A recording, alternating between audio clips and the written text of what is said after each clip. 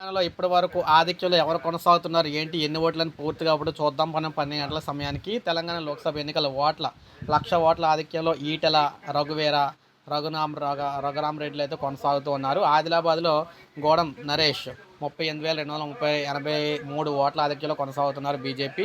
ఇక భువనగిరిలో చూసుకుంటే చామల కిరణ్ కుమార్ రెడ్డి గారు కాంగ్రెస్ 48,622 ఓట్ల ఆధిక్యంలో కొనసాగుతున్నారు. ఇక చేవెల్లో చూసుకుంటే కొండా విశ్వేశ్వరరెడ్డి భాజపా 33,086 ఓట్ల ఆధిక్యంలో ఇక్కడ ప్రజెంట్ ఆధిక్యంలో ఉన్నారు. ఇక హైదరాబాద్ అసదుద్దీన్ ఓవైసీ గారు ఎంఐఎంకి సంబంధించి 33,009 ఓట్ల ఆధిక్యంలో కొనసాగుతున్నారు. కరీంనగర్కి సంబంధించి బండి సంజయ్ గారు 64,408 ఓట్ల ఆధిక్యంలో కొనసాగుతున్నారు. ఖమ్మం చూసుకుంటే రామ సహాయం రఘురామ్ రెడ్డి 1,48,000 ఓట్లు ఆధిక్యంలో ఉన్నారు కాంగ్రెస్ సంబంధించి అనమాట. ఇక మహబూబాబాద్ బలరాం నాయక్ గారు అయితే 82,000 కాంగ్రెస్ ఆధిక్యంలో ఉన్నారు. ఇక మహబూబ్ నగర్లో డీకే అరుణ్ గారు భాజపా నుంచి 5,000 చిల్లర ఓట్ల ఆధిక్యంలో ఉన్నారు. మల్కాజిగిరిలో ఈటెల రాజేంద్ర గారు 1,05,000 ఓట్ల ఆధిక్యంలో కొనసాగుతూ ఉన్నారు.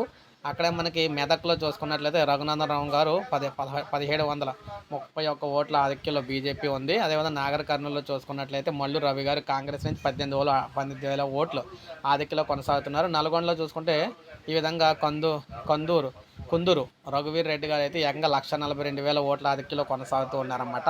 నిజామాబాద్లోని ధర్మపూర్ అరవింద్ గారు 17,000 ఓట్ల ఆధిక్యం. పెద్దపల్లి గడ్డం వంశీకృష్ణ గారు కాంగ్రెస్ 27,000 ఓట్ల ఆధిక్యం. సికింద్రాబాద్ జి కిషన్ రెడ్డి భాజపా 34,000 ఓట్ల ఆధిక్యం. వరంగల్ కడియం కావ్య కాంగ్రెస్ 48,000 ఓట్ల ఆధిక్యం.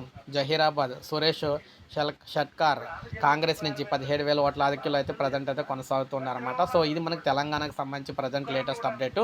ఒక లైక్ చేయండి, సబ్స్క్రైబ్ చేసుకోవద్దు, మన ఛానల్ సబ్స్క్రైబ్ చేసుకొని